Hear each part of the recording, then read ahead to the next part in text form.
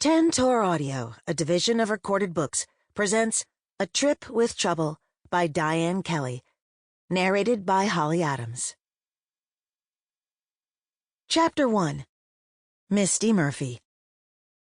Shadows chased each other across the grounds of the Mountaintop Lodge as dappled sunlight streamed through the beautiful orange, red, and golden leaves. Autumn had arrived in Beech Mountain, North Carolina, spreading its glorious colors across the peaks and valleys. With the season came the so-called leaf peepers, tourists from the low country who ventured to the higher elevations to enjoy the fall foliage where it arrived first. My lodge would be hosting a group of these peepers who were scheduled to arrive at any moment. The Dangerous Curves, a female motorcycle club from Raleigh, had booked all of the guest rooms with plans to take rides in the area and enjoy the autumn splendor. They'd been smart to plan their arrival on a Monday. The area wasn't as crowded midweek, and they'd have less traffic to contend with. My assistant, Brynn O'Reilly, and I wrangled with a couple of scarecrows in front of the lodge. I'd bought the traditional log cabin in only a few weeks earlier, on the same day I'd turned 50, signed divorce papers, and sent my youngest son off to college. I suppose that makes me a multitasker. It might also make me as nutty as the acorns scattered about. But living in the mountains had been my dream as long as I could remember. Hitting the half-century mark had made me realize that the time to live my dreams was dwindling. I didn't want to look back at the end of my life and have regrets. It was now or never. I chose now. Fortunately, my split from my husband Jack had been amicable, our relationship having long since settled into more of a routine than a romance. My ex and I remained friendly, and still considered ourselves and our sons to be a family. In fact, the three of them would be coming up to the lodge next month so we could spend Thanksgiving together. I could hardly wait to catch up with my boys. Like most college kids, they communicated via terse texts. Each of my inquiries, how's dorm life? How's the cafeteria food? How are your classes? Earned the same single-word response.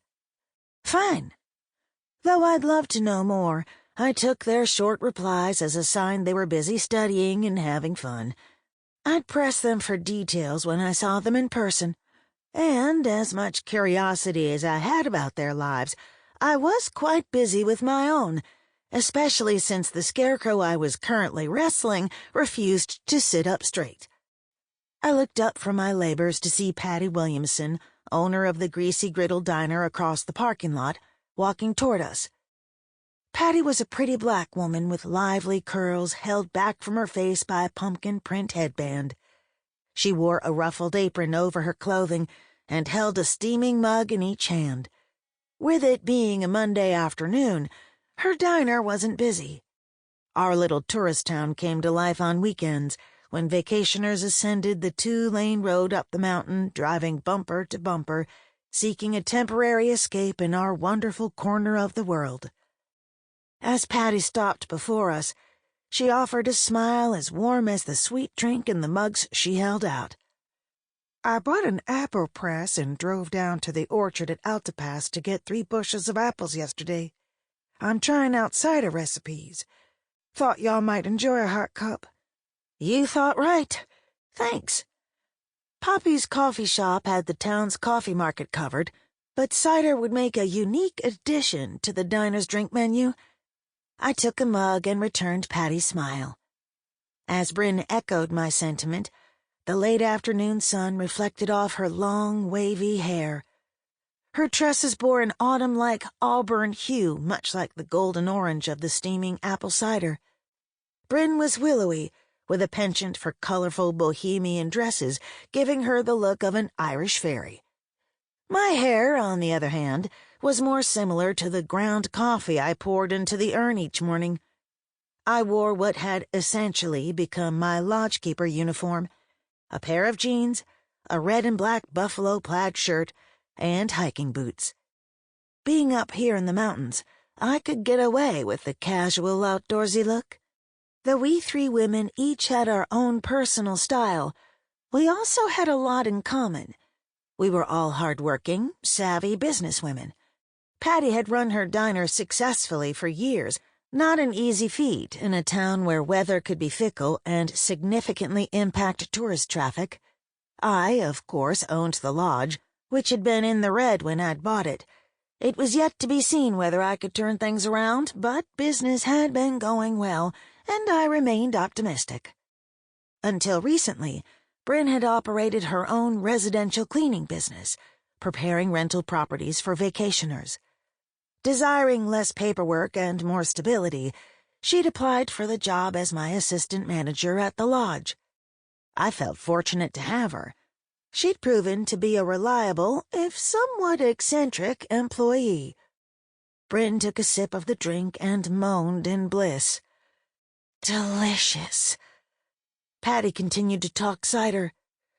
The press I bought is an old-fashioned manual model. She flexed her bicep. My arms have gotten quite a workout.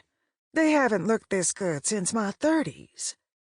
Though there were many great things about being this age, the loss of muscle mass was not one of them. I poked her arm. Her flesh was nice and firm. Wow. Maybe I should help you out. Spend some time cranking the press? Brynn took things a step further.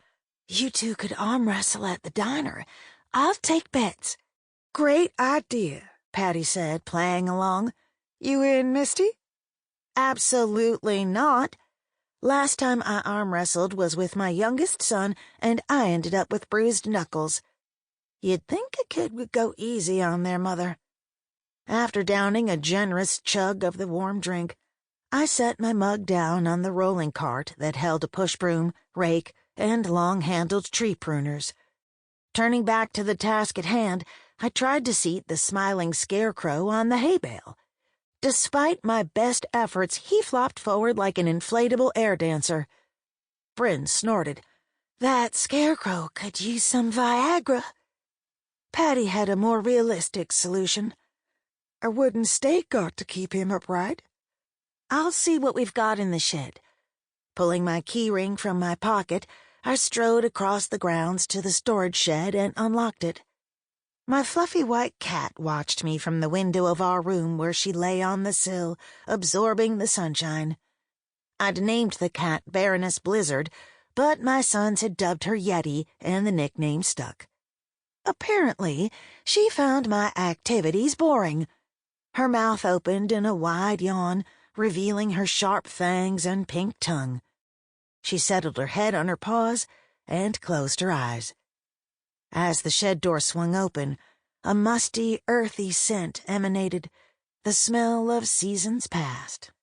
The shed housed a variety of implements, ranging from a leaf blower to a wheelbarrow, as well as snow shovels, hand tools, and assorted pieces of lumber and trim. I gathered 2 wooden stakes, a spool of twine, and a mallet, and carried the items back to the hay bale.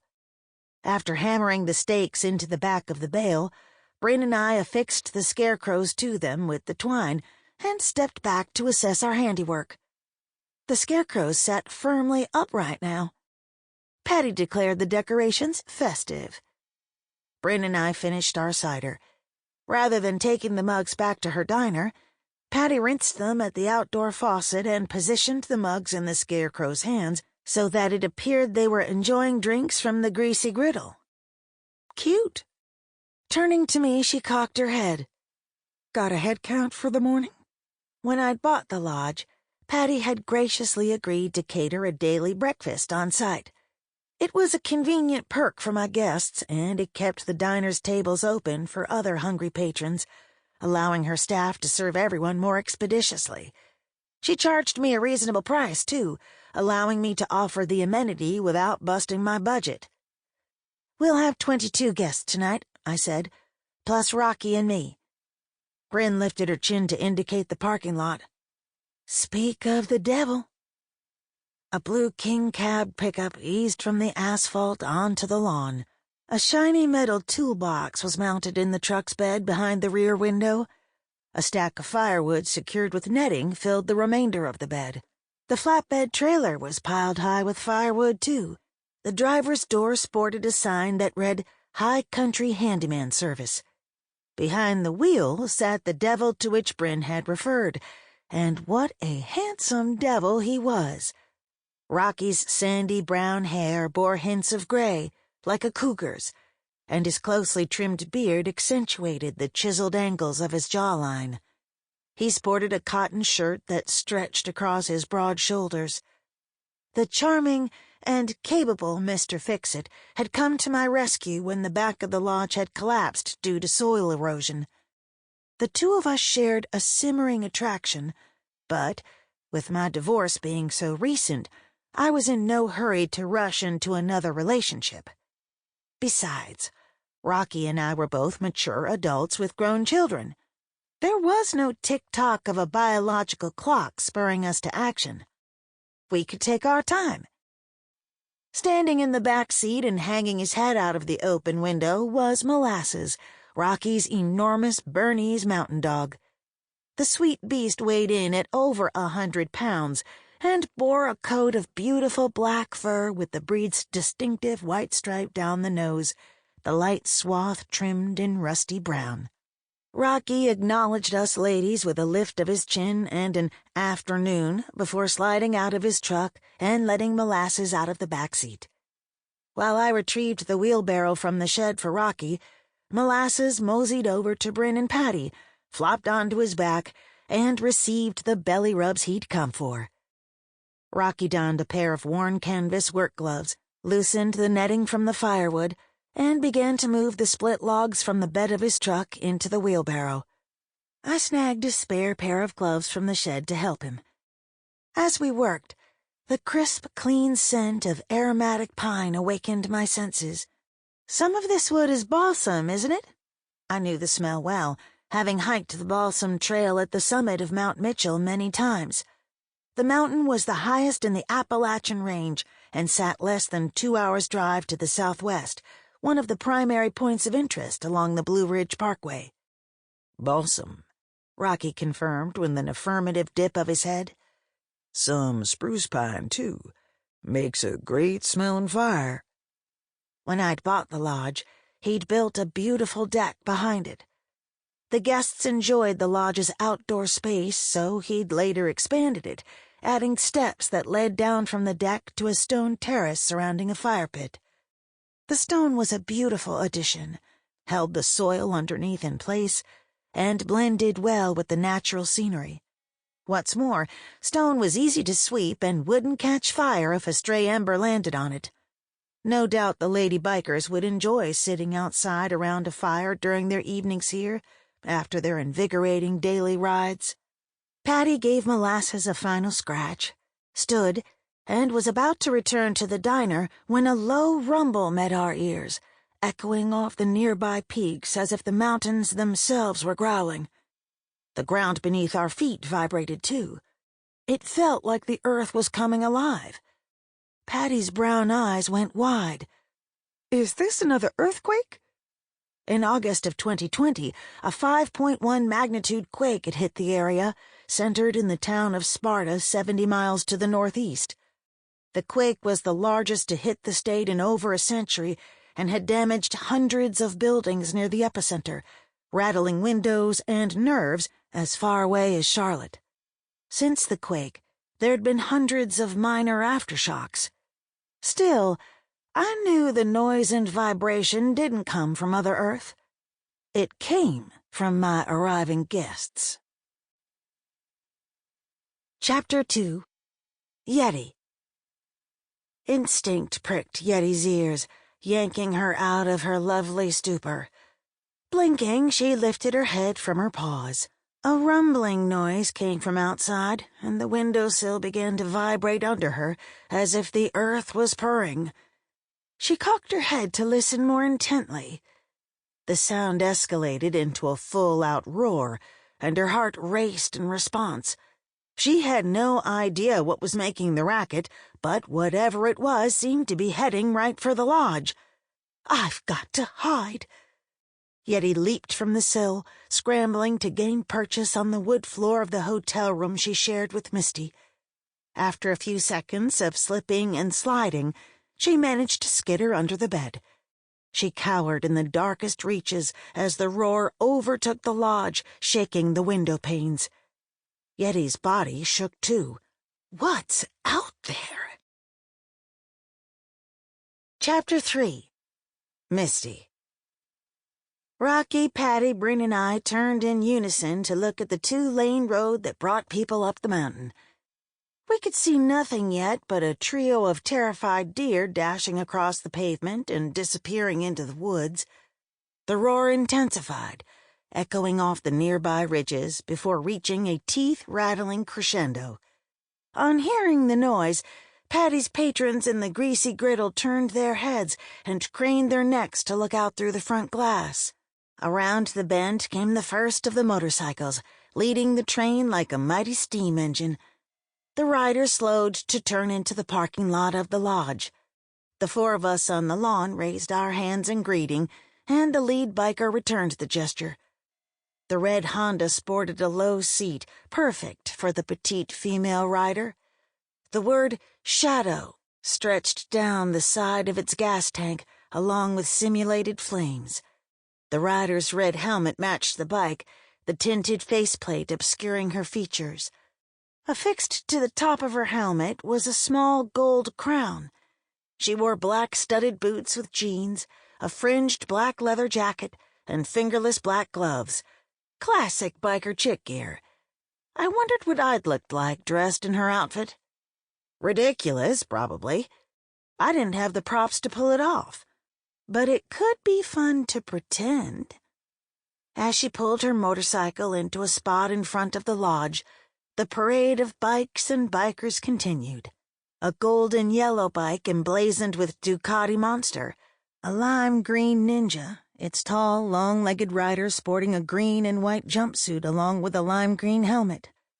What appeared to be a racing bike ridden by a woman in black gear with a pink stripe down the side. A blue motorcycle with a windshield, saddlebags, and a pillion seat ridden by 2 curvy strawberry blondes. A stocky woman in a classic helmet and goggles pulled up in what appeared to be an old-school black motorcycle with a sidecar. The black and gray terrier mix riding in the sidecar sported a black helmet and goggles too, his coarse beard blowing back in the breeze. Patty's brows rose. A dog in a sidecar? Now I've seen everything. Though I loved my cat, I had to admit that having a pet who could go along on adventures held a definite appeal. Rocky ran his gaze over the leather-clad women rolling past us. These ladies are wearing more cowhide than a herd of Holsteins. Though the riders had approached in single file, leaving some space between their bikes, a silver Suzuki eased out of its place in line as it neared the lodge. The rider revved the engine, sped past several other cyclists, and careened into the parking lot, leaning precariously to the side as she banked. She righted her bike and revved the engine again, vroom, popping a wheelie. She rode on the back tire to the end of the lot, nearly running over a dawdling groundhog, before lowering the front tire back to the asphalt. She whipped her bike around and, with another loud rev of the engine, sped back toward the incoming line of motorcycles.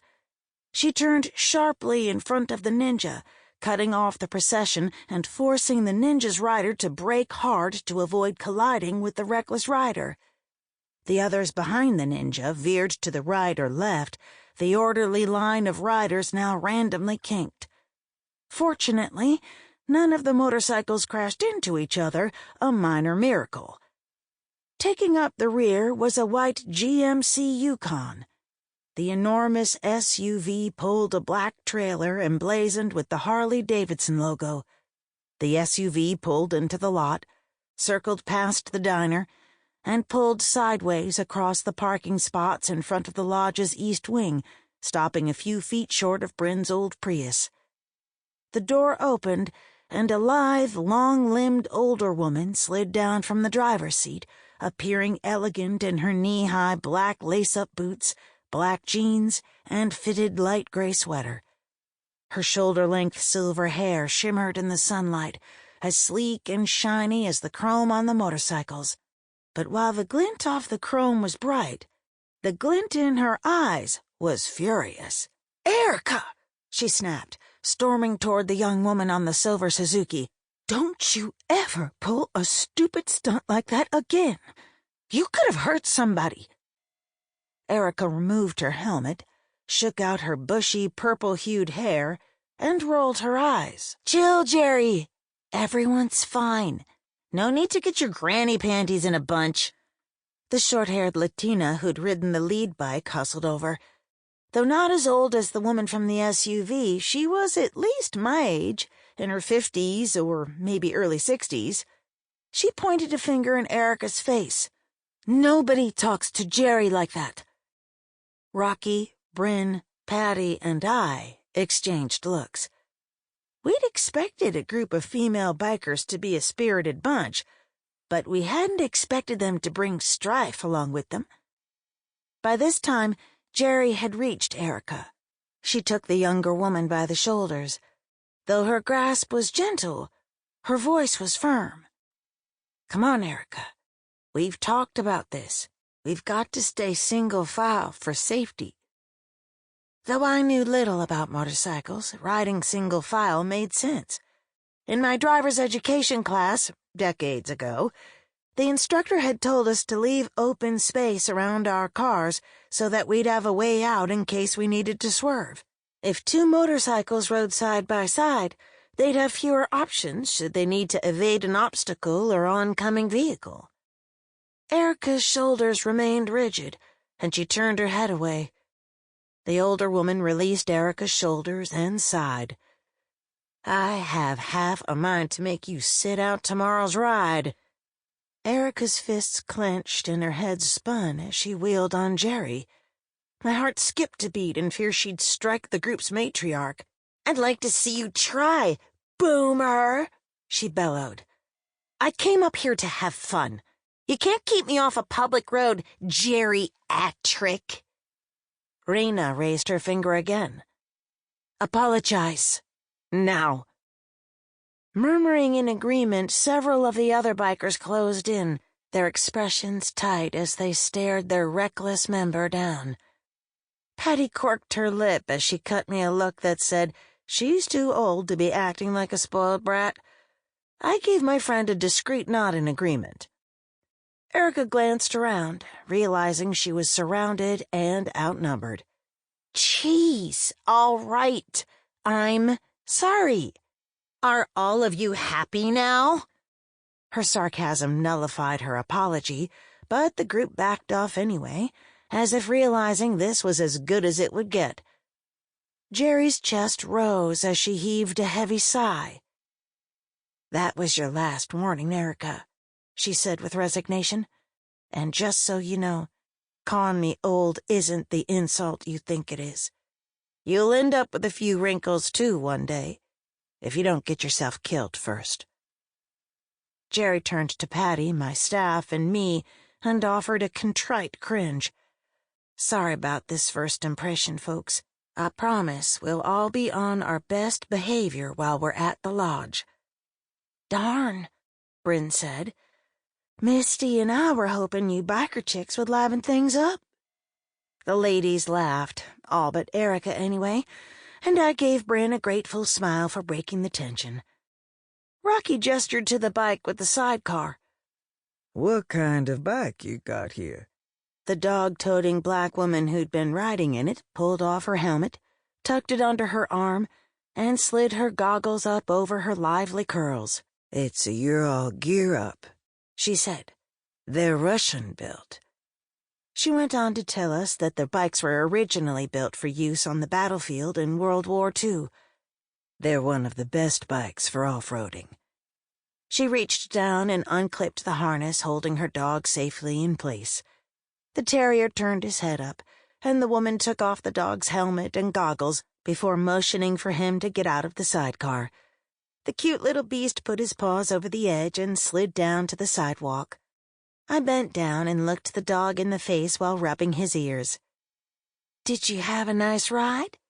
His wagging tail told me he'd enjoyed feeling the rush of air in his face, while the tag hanging from his collar identified his owner as Bessie. Before I could read his name, he wiggled, and the tag disappeared under a tuft of gray fur. I looked up at Bessie. "What's his name?" Shotgun. She pointed to her sidecar. Because he rides shotgun. It was a perfect name for him, not only because he rode next to her, but because, with his shaggy hair and scraggly gray beard, he resembled a grizzled cowboy from the Old West. Raina put 2 fingers in her mouth and issued a shrill whistle. When the ladies turned to her, she waved them over. "Let's get a group photo for our Facebook page." She pointed to the sign on the lawn that read Mountaintop Lodge. "There's a good spot." The women formed a semicircle around the sign. The group included riders of all shapes, sizes, and races, bonded by their shared love of the open road. Raina stood in front of the sign and called out instructions, making sure everyone could be seen. The tall young woman who'd been riding the green ninja held back, standing a few feet away from the others. Raina motioned again with her hand. "Get in there with the others, Katie." Katie frowned and took a step backward. "I don't like getting my picture taken. I'm not photogenic, and I'll tower over everyone like an awkward giraffe." The young woman was selling herself short, figuratively, that is.